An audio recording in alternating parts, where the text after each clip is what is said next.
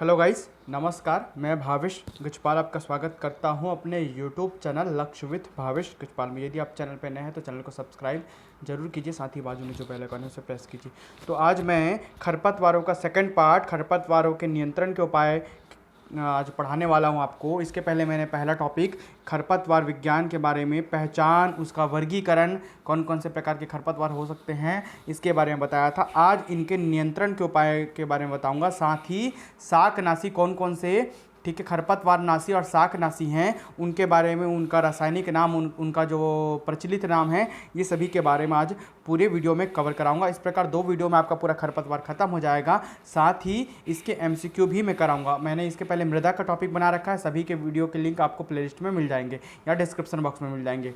मृदा का भी एमसीक्यू मैं तैयार कर रहा हूँ, तो मृदा का भी एमसीक्यू मैं कराऊंगा। ठीक है, चलिए देखते हैं खरपतवार नियंत्रण के बारे में।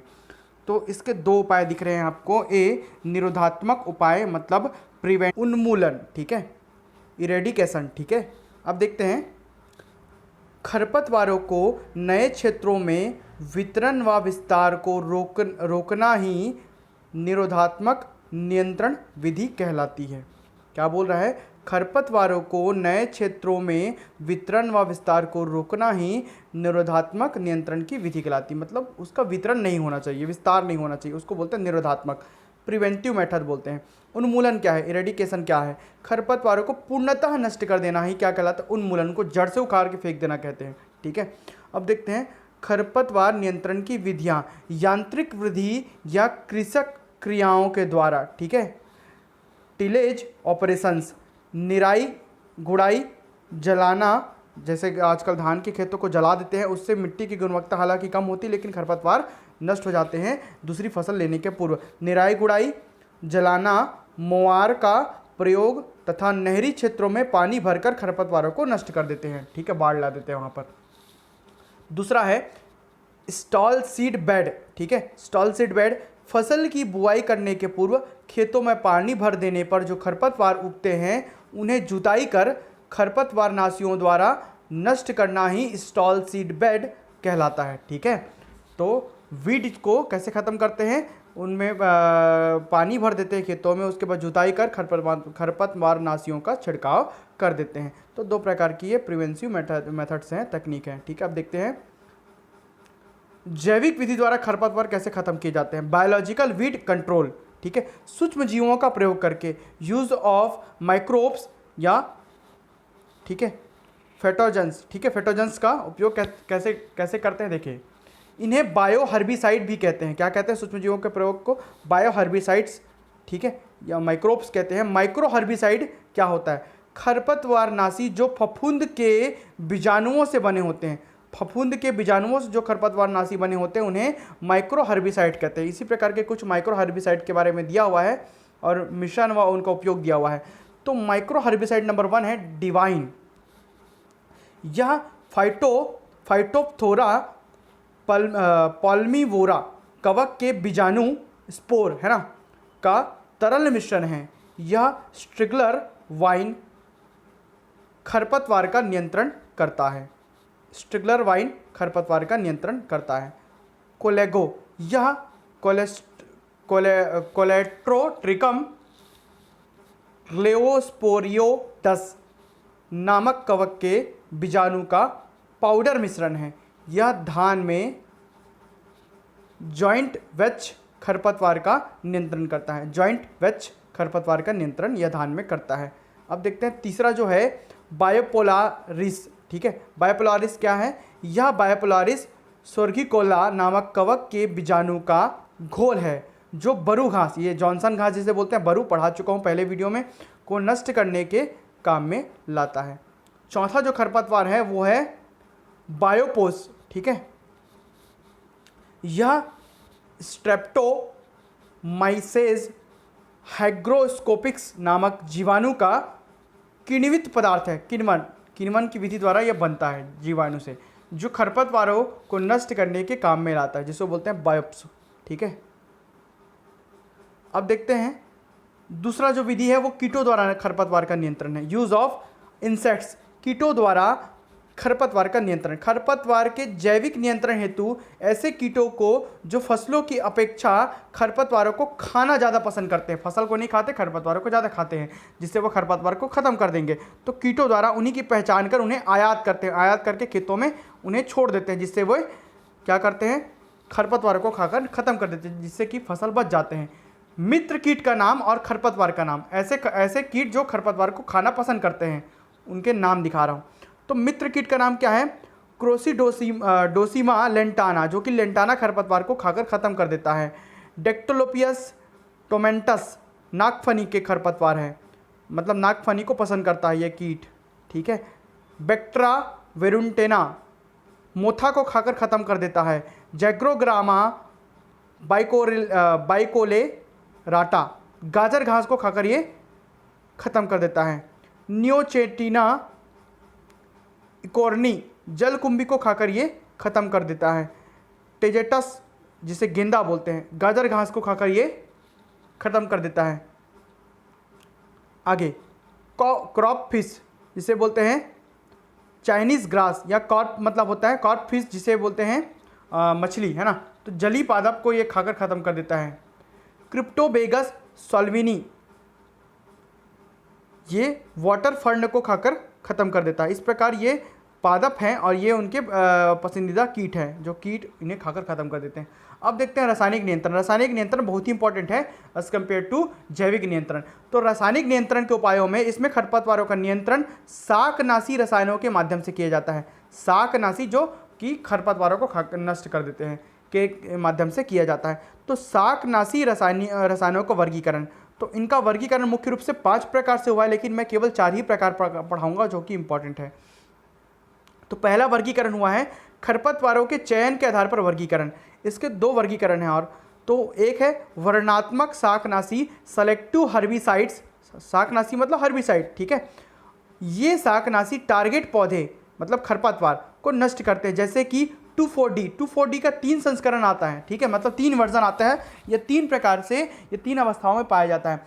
2,4-D सोडियम, 2,4-D एमीन और 2,4-D ईस्टर, ठीक है, जिसमें से ना ईस्टर सबसे अधिक क्रियाशील होता है, ये बता देता हूँ। ईस्टर जो है सबसे अधिक क्रियाशील होता है, ठीक है। अब देखते हैं बेसालिन जिसे बोलते हैं बेसालिन, उसके बाद है एट्राजीन, उसके बाद है सीमाजीन।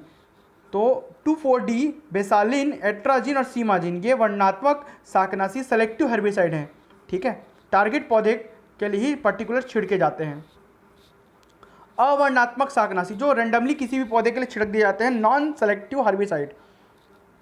नॉन सेलेक्टिव हर्बिसाइड ऐसे खरपतवारनाशी जो खरपतवारों के साथ साथ फसलों को भी नष्ट कर देते हैं, नॉन सेलेक्टिव, ठीक है, मतलब रैंडमली छिड़क देंगे तो उसके फसलों को भी ये नुकसान पहुंचाते हैं, जिसे बोलते हैं अवर्णनात्मक या नॉन सेलेक्टिव हर्बिसाइड। ये पर्टिकुलर खरपतवारों को नष्ट करने के लिए छिड़के जाते हैं और ये सभी फसलों को भी नुकसान पहुंचा सकते हैं, ठीक है। जैसे कि सड़कों के किनारे ये खरपतवार बहुल्य क्षेत्रों में इनका प्रयोग मुख्यतः किया जाता है, जैसे कि diquat, paraquat, glyphosate, weed awful आदि। इनको जीरो टिलेज हर्बिसाइड भी कहा जाता है, जीरो टिलेज हर्बिसाइड, ठीक है, भी कहा जाता है, लगभग सभी को ख़त्म करने वाले। अब देखते हैं दूसरा जो है अनुप्रयोग के आधार पर वर्गीकरण। तो फसल बुवाई के पूर्व, अंकुरन के पूर्व और अंकुरन के बाद, इस प्रकार से अनुप्रयोग मतलब उनका प्रयोग कहाँ कहाँ पर किया जाएगा उसके आधार पर वर्गीकरण किया गया है। तो फसल बुवाई के पूर्व, एक अंकुरन के पूर्व और एक अंकुरन के बाद जो छिड़के जाने वाले हैं, प्री प्लांट, ठीक है, इनकॉर्पोरेशन, ठीक है, PPI जिसे कहते हैं। तो फसल बुआई के पूर्व, खेती की तैयारी के बाद एवं फसल बुआई के 1-2 दिन के पूर्व प्रयोग करते हैं, जैसे कि फ्लुकोरेलिन, ठीक है, जिसे बेसालिन कहते हैं, और ट्राइफ्लोरेलिन जिसे ट्राइफ्लोरेलिन और EPTC, ये 3 प्रकार के जो खरपतवार हैं, खरपतवार नाशी हैं, ठीक है, वो फसल बुआई के पूर्व छिड़के जाते हैं। अब देखते हैं अंकुरन के पूर्व, ठीक है, तो अंकुरन के पूर्व कौन कौन सा? फसल बुआई के पश्चात, खरपतवारों के उगने के पूर्व या बाद, है ना, लेकिन फसल के अंकुरन के पूर्व प्रयोग किए जाने वाले खरपतवार, फसल बुआई के बाद और अंकुरन के पूर्व जो छिड़के जाते हैं, जैसे कि एट्राजीन, एलाक्लोर, ब्यूटाक्लोर, पेंडीमेथिलीन, मेट्रीब्यूजिन, इस प्रकार के जो खरपतवार है वो अंकुरन के पूर्व छींटे जाते हैं। अब देखते हैं अंकुरन के बाद, ठीक है, यह शाकनाशी फसल अंकुरन के बाद खड़ी फसल में प्रयोग करते हैं, जैसे कि 2,4-D का 3 वर्जन आता है बताया हूँ, और यही सबको आपको याद करना है अलग अलग फसलों के लिए।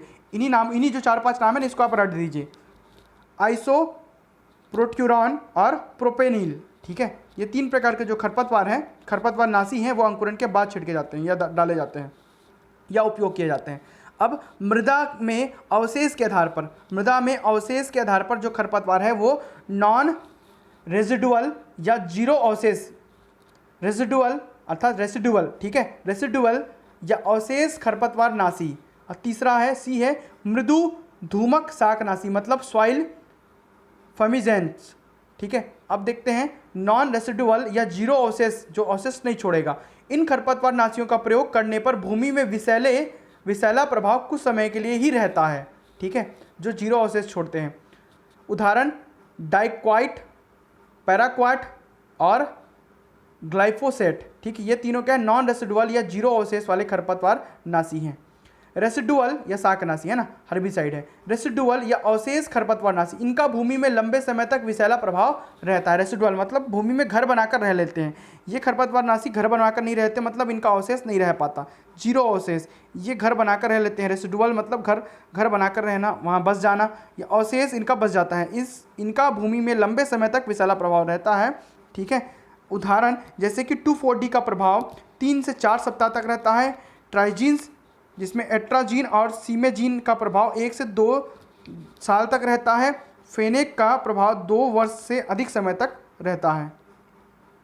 अब मृदु धूमक शाकनाशी, इनका प्रभाव भूमि में कुछ समय तक रहता है, जैसे कि मिथाइल ब्रोमाइड और मिथेम, ठीक है।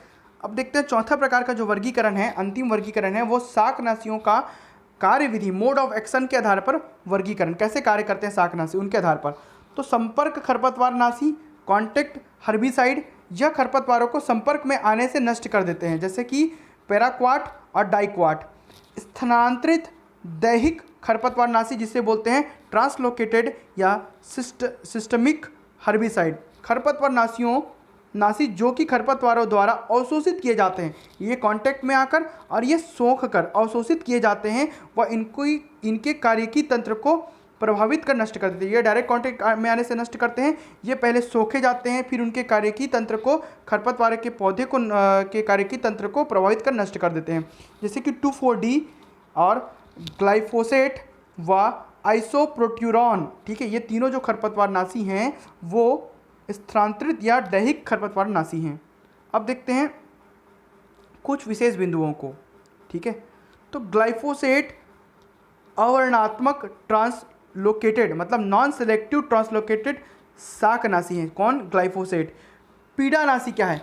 पेस्टिसाइड क्या होता है? इसमें शाकनाशी, कवकनाशी, कीटनाशी सभी आते हैं, उन्हें बोलते हैं पेस्टिसाइड। मतलब शाकनाशी, कवकनाशी या कीटनाशी सभी को संयुक्त रूप से पीड़ासाइड कहा जाता है, पीड़कनाशी कहा जाता है, पेस्टिसाइड कहा जाता है। जबकि कीटनाशी क्या है? इंसेक्टिसाइड क्या है? केवल कीटों को नष्ट करने में काम आता है, उन्हें क्या बोलते हैं? इंसेक्टिसाइड कहते हैं। सबसे ज़्यादा खरपतवार नाशियों का प्रयोग धान में करते हैं, फिर गेहूं में करते हैं, फिर चाय में करते हैं, याद रखिएगा। सबसे ज़्यादा निर्मित एवं प्रयोग किया जाने वाला खरपतवार नाशी है आइसोप्रोट्यूरॉन। क्या है? आइसोप्रोट्यूरॉन। अब देखते हैं 2,4-D की खोज जिसे पोर्कोनी ने की थी, यह खरपतवार विज्ञान में क्रांति हुई है। 2,4-D के खोज से, जिनके 3 वर्जन आते हैं, 3 प्रकार आते हैं, बताया हूँ पहले भी, सोडियम, एमीन और ईस्टर प्रकार का, ठीक है, 3 प्रकार हैं। इनके खोज से खरपतवार विज्ञान में क्रांति हुई, पोर्कोनी ने इनकी खोज की थी, ठीक है। अब देखते हैं विश्व में उपयोग के आधार पर तो नहीं पढ़ेंगे, इंडिया में पढ़ेंगे। तो भारत में उपयोग के आधार पर कौन से पेस्टिसाइड का क्रम? पेस्टिसाइड में सभी आते हैं, हर्बिसाइड, फंगीसाइड और इंसेक्टिसाइड। तीनों को पेस्टिसाइड ही कहा जाता है। क्या कहा जाता है?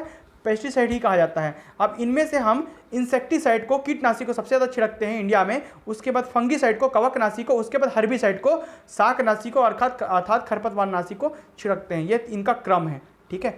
कीटों का प्रभाव ज़्यादा है इंडिया पे, जैसे कि अभी टिड्डी। तो फसलों में प्रयोग की जाने वाली प्रमुख शाकनाशियों और उनके व्यापारिक नाम। फसल, शाकनाशी का रासायनिक नाम और उसका व्यापारिक नाम। और प्रयोग का समय, ये सक्रिय तत्वों को नहीं पढ़ना है, इसको इतना डीप पढ़ने की आवश्यकता नहीं है। आप रासायनिक नाम याद कीजिए, व्यापारिक नाम याद कीजिए। व्यापारिक नाम मतलब मार्केट में या दुकान में क्या बोलकर उसे लिया जा सकता है, और प्रयोग का समय और फसल। देखते हैं सबसे पहले धान के लिए, कुछ चुनिंदा को ही पढ़ाऊंगा जिनके क्वेश्चन बार बार आते हैं, ठीक है। धान, तो ब्यूटाक्लोर जिसे मेचेटी कहते हैं, ठीक है, नर्सरी में बुआई के 3 से 4 दिन बाद इसका हम क्या कर सकते हैं, इसका प्रयोग का समय है, ठीक है, नर्सरी में बुआई के 3 से 4 दिन बाद। दूसरा जो है वो है बेंथियोकार्ब सैटर्न जिसे कहते हैं, ठीक है, रोपाई के पूर्व इसका उपयोग करते हैं, ठीक है। और नाइट्रोफेन TOKE25 जिसे कहते हैं, क्या, व्यापारिक नाम में रोपाई के 2-3 दिन बाद इसका प्रयोग करते हैं। अब देखते हैं गेहूं और जौ के लिए जो शाकनाशी हैं वो क्या हैं, ठीक है। 2,4-D सोडियम और 2,4-D एमीन बताया था, 2 प्रकार यहीं पर यूज़ हो गया है, गेहूं और जौ के लिए यूज़ करते हैं।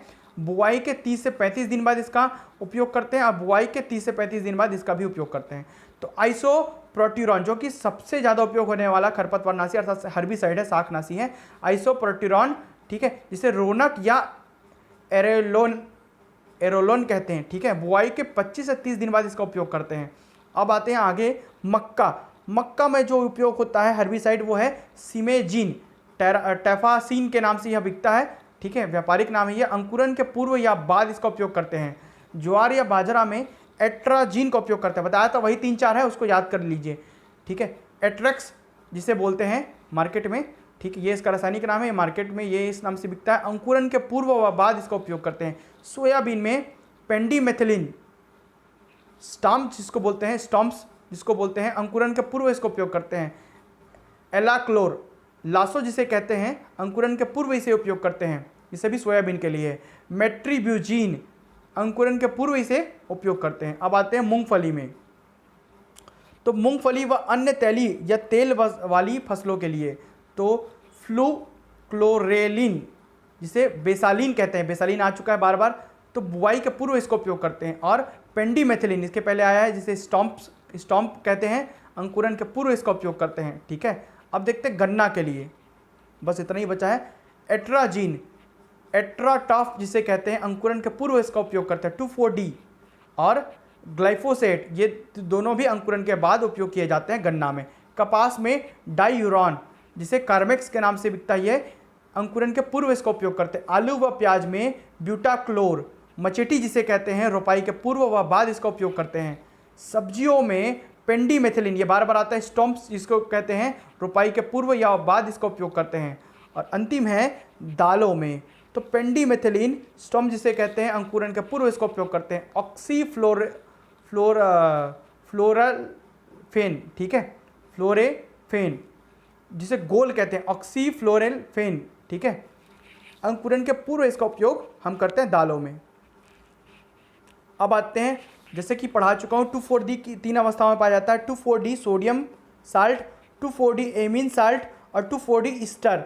सबसे अधिक क्रियाशील जो है वो ईस्टर होता है, ठीक है। इनका प्रयोग अनाज वाली फसलों में चौड़ी पत्ती वाले खरपतवारों को नष्ट करने के लिए किया जाता है। दालों एवं चौड़ी पत्ती वाले फसलों में इनका प्रयोग नहीं किया जाता। दालों एवं चौड़ी पत्ती, ठीक है, मतलब दालों की चौड़ी पत्ती वाली फसलों में इनका प्रयोग नहीं किया जाता, इनका प्रयोग अनाज वाली फसलों में किया जाता है, ठीक है। अब देखते हैं प्रमुख शाकनाशी एवं उनके व्यापारिक नाम। अभी जो पढ़ाया हूँ फसल के आधार पर पढ़ाया हूँ, अब ये केवल खरपतवारनाशी शाकनाशी जिसे हर्बिसाइड कहेंगे, और उनका व्यापारिक नाम व्यापार करने के उद्देश्य से मार्केट में किस नाम से मिलते हैं, ये अलग से हैं, फिर ये खत्म हो जाएगा। तो सबसे पहले एट्राजीन जो है ये एट्राट्रेक्स या एट्राटॉफ के नाम से बिकता है। एलाक्लोर जिसे लासो कहते हैं, ब्यूटाक्लोर जिसे मचेटी कहते हैं, बताया था वही 3-4 नाम है, आपको रट देने हैं। अब आइसोप्रोट्यूरॉन ये सर्वाधिक उपयोग किया जाने वाला जिसे रोनक या एरलॉन कहते हैं, ठीक है। फ्लूक्लोरेलिन जिसे बेसालीन कहते हैं, मेटालोक्लोर जिसे ड्यूल कहते हैं, मेट्रीबुजीन जिसे सेंकोर कहते हैं, लेक्टोफेन जिसे क्लोब्रा कहते हैं, ठीक है। नाइट्रोफेन जिसे टोक कहते हैं, E25 TO के लिखाया था E25, ठीक है। मेटा सल्फ्यूरॉन जिसे एस्कॉट कहते हैं, ठीक है। ऑक्सीफ्लोरफेन जिसे गोल कहते हैं, पैराक्वाट जिसे स्वीप व ग्रामोक्सॉन कहते हैं, पेंडीमेथिलिन जिसे स्टॉम्प कहते हैं, प्रोपेनिल जिसे स्टाम्प कहते हैं F35,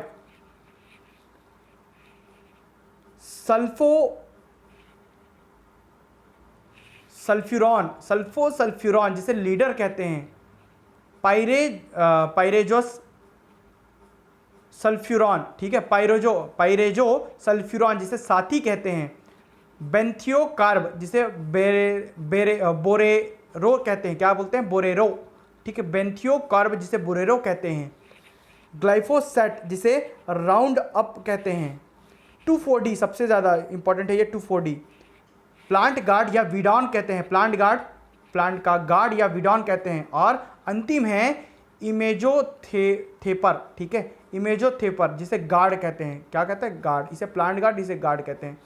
ये है 20 प्रकार के खरपतवारनाशी और उनके व्यावसायिक या व्यापारिक नाम, ठीक है। इस प्रकार से ये आपका खरपतवार नियंत्रण अर्थात शाकनाशियों का नियंत्रण, ठीक है, शाकनाशी पूरा कंप्लीट हो जाता है। इसके दोनों वीडियो जरूर देखें, जिसमें पहले में इनके पहचान, उनका वर्गीकरण बताया हूँ शाकनाशियों का अर्थात खरपतवारों का, और दूसरे वीडियो में खरपतवार नियंत्रण के उपाय हम पढ़े हैं, ठीक है। इससे संबंधित MCQ भी मैं अगले वीडियो में कराऊंगा। धन्यवाद।